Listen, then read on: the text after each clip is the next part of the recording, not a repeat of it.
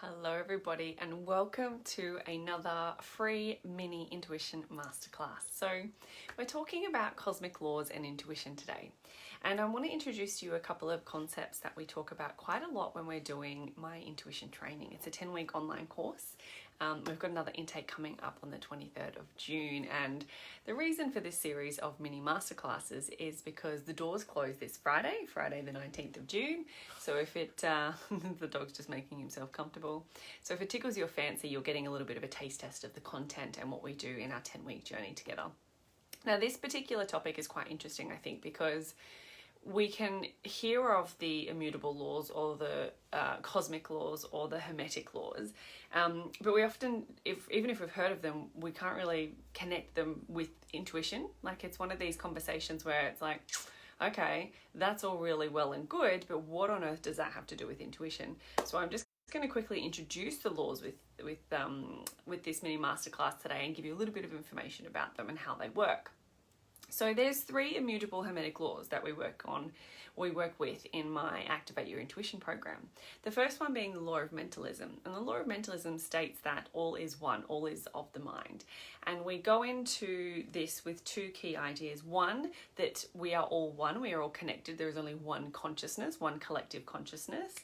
And the other idea is when we talk about the levels of mind. And so the other concept in the Law of Mentalism is we talk about our conscious reasoning mind, you know, that part of us that is our personality, our identity, you know, I like this and I don't like that.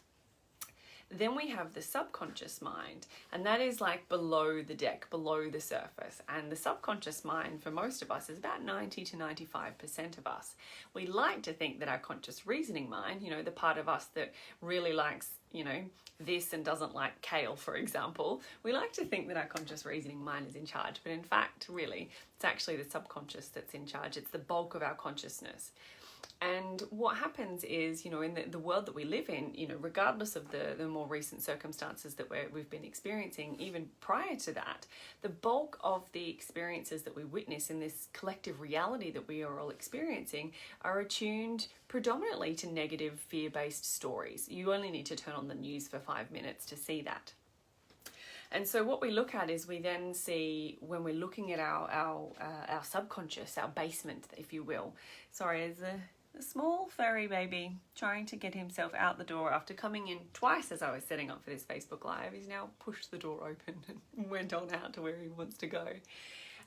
So when we talk about the subconscious mind, it's highly programmable.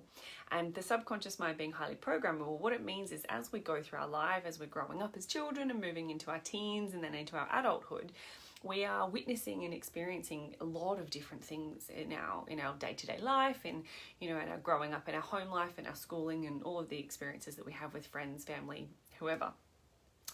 And what happens with that subconscious, which is highly programmable and informs most of our reality, it's that 90 to 95% of us, if we are not being discerning and we don't reject something that we witness as false, or we do not reject it and disbelieve in it, then by default we take it on as a truth, as a fact, and then it's basically sent down into the subconscious for us to then act upon. Now, our subconscious acting upon things in our subconscious basement is not coming from here. We don't consciously act on the things in our subconscious mind. That's why it's called subconscious. It's not conscious. And so I want to read something to you because I think this is really interesting. And it's talking about this idea of self-awareness, because many of you are very, very self-aware. There's so many of us in the world. The world is awakening, and we have so much at our fingertips in terms of personal development. And self-awareness is something that I was certainly at before I went down my spiritual path. And self-awareness is not the same as raising consciousness. And when we talk about raising consciousness, we're talking about taking these fear, negative stories that are stored in our subconscious as individuals, but also in the collective subconscious as well, because the other part of the law of mentalism is that we are all one, we're all connected. There's only one of us here, one consciousness here. And so what's happening when we raise consciousness is we take those negative fear-based stories, those ones that are not particularly helpful, because not everything in our subconscious basement is negative, but we take those that are in the subconscious, that the subconscious has been acting upon, and we raise them up. That's what we're talking about when we talk about raising consciousness. And so I want to read this to you. Self-awareness is not the same as raising consciousness. And because of this fact, we need to find solutions or tools that are going to help us raise our consciousness without necessarily becoming so intimate with those details that we don't know. So intimate with those details of the things in our subconscious basement based on our experiences that we don't know how to release them. So in other words, what's happening is that if we want to raise consciousness, we want to be able to do so without necessarily becoming so intimate with all of the details, and this happened and I was wounded this way and this happened and this when I was 7 and all of that sort of stuff. We don't want to become so intimate with those details that we do not know how to release them.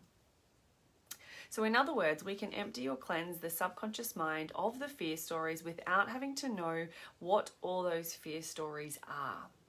Now, there's a lot of schools of thought out there that will disagree with that and say, in fact, actually, you need to know every single detail. You need to know how old you were, what happened, all of the details of everything to be able to release something.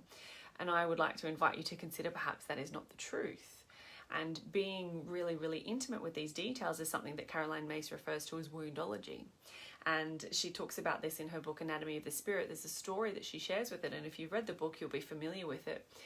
But very, very basically what happens is that there's an exchange happening. There's a group of people having a lunch together.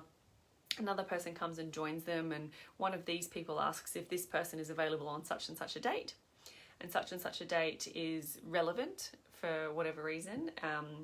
And instead of just responding to the question as to whether she's available on such and such a date, she then goes into the details as to why she's already busy on that particular date, and talks about the significance of it's a survivors group that she's a part of, and she goes into the details, and it's really important because so many people don't have access to and goes into the story, all of those intimate details, and doesn't actually answer the original question because she's so intimately involved and you know, like real. It's as it says here. We don't need to become so intimate with those details. This particular person was so intimate with those details that she was so engrossed with explaining that and talking about those details that she could have just said, I'm not available on July 5th or whatever the date was. I can't quite recall the date. She was so involved and so intimate with those details that she couldn't actually answer the question. And that's referred to, as I said, as woundology by Caroline Myss.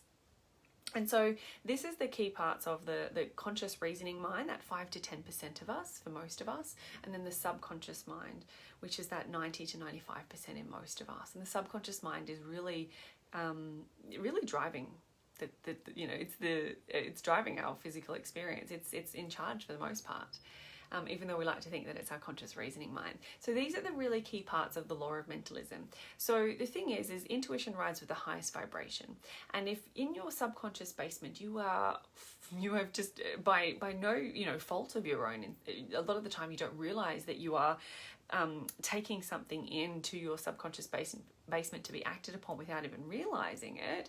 We're believing things and taking things on board that we didn't even realize we were doing, because by not consciously rejecting it, by default we're accepting that as true, sending it down to that subconscious basement to then act upon. And then what often happens is there's a lot of conflicting stories in there.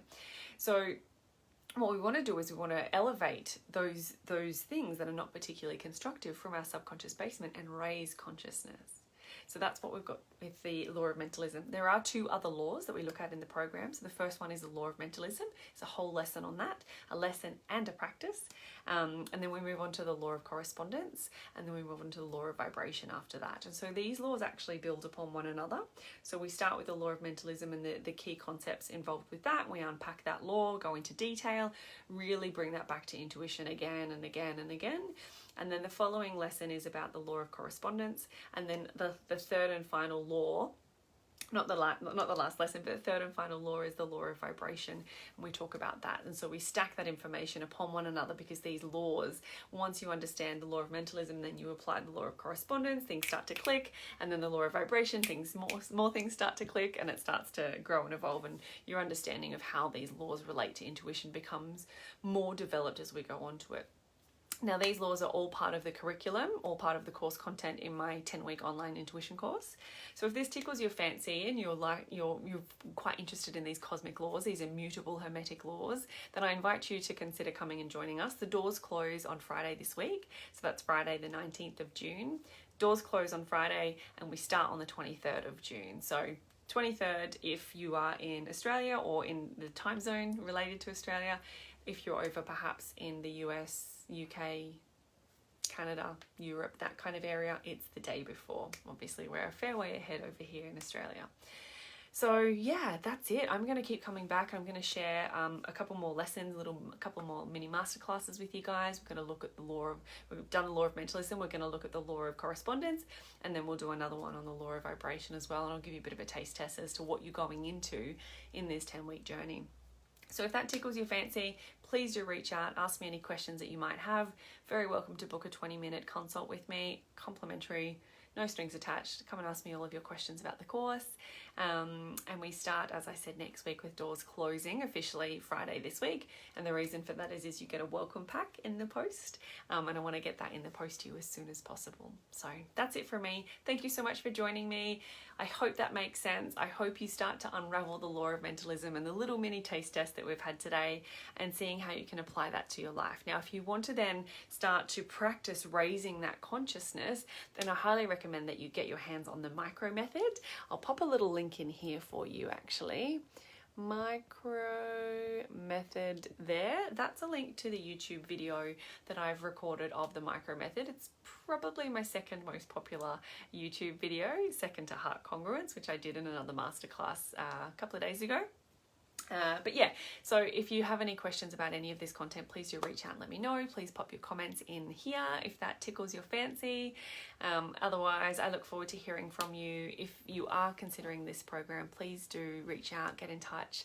Happy to answer any questions that you've got, and make sure you get in before the price rise, because that happens for the next intake.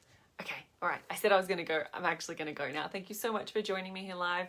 Take care. Enjoy the rest of your day, morning, evening, afternoon, whatever time of day it is you're watching this. And I hope to see you in the program soon. Take care and bye for now.